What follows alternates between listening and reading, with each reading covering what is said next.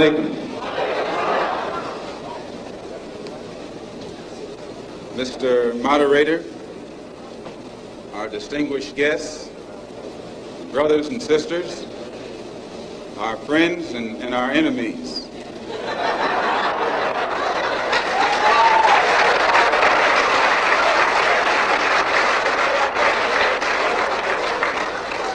Everybody is here. As many of you know, last March, when it was announced that I was no longer in the Black Muslim movement, it was pointed out that it was my intention to work among the 22 million non-Muslim Afro-Americans and to try and form some type of organization or create a situation where the young people, our young people, the students and others, could study the problems of our people for a period of time and then come up with a new analysis and give us some new ideas and some new suggestions as to how to approach a problem that too many other people had been playing around with for too long.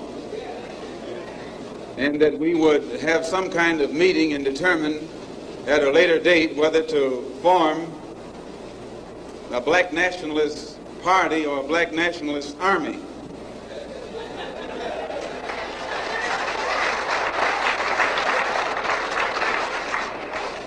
There have been many of our people across the country from all walks of life who have taken it upon themselves to try and pool their ideas and to come up with some kind of solution to the problem that confronts all of our people.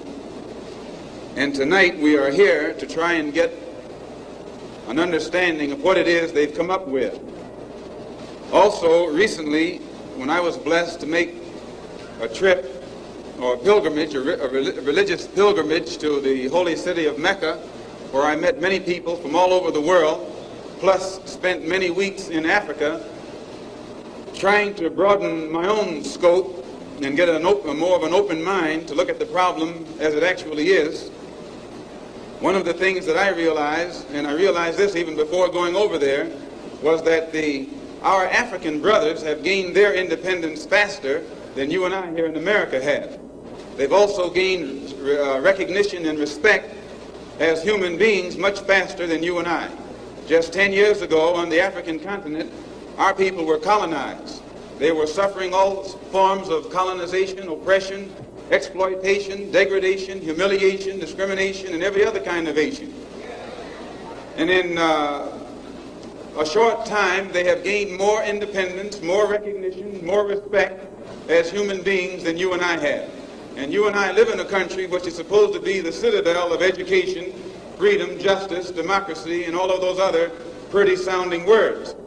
So it was our intention to try and find out what was our African brothers doing to get results so that you and I could study what they had done and perhaps gain from that study or benefit from their experiences.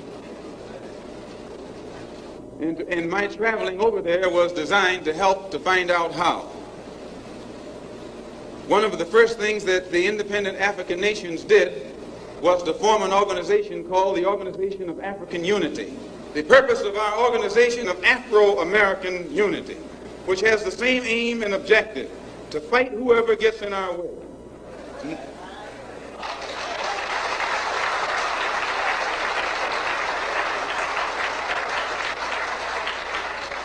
To bring about the complete independence of people of African descent here in the Western Hemisphere, and first here in the United States, and bring about the freedom of these people by any means necessary.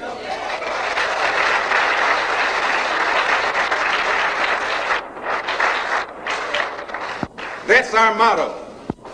The purpose of our organization is to start right here in Harlem, which has the largest concentration of people of African descent that exists anywhere on this earth. There are more Africans here in Harlem than exist in any city on the African continent, because that's what you and I are, Africans.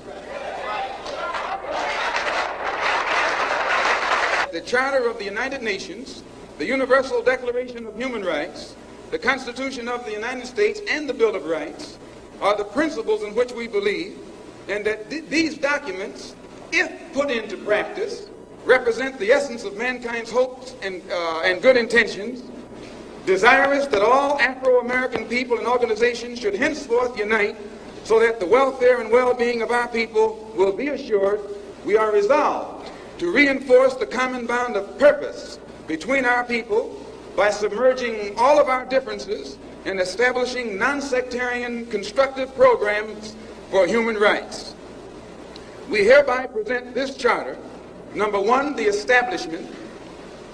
The Organization of Afro-American Unity shall include all people of African descent in the Western Hemisphere.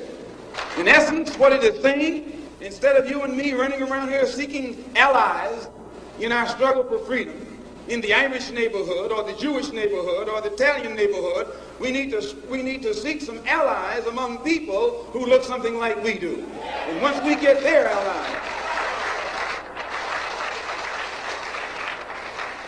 it's time out for you and me to stop running away from the wolf right into the arms of the fox, looking for some kind of help. That's a drag. Number two, self-defense.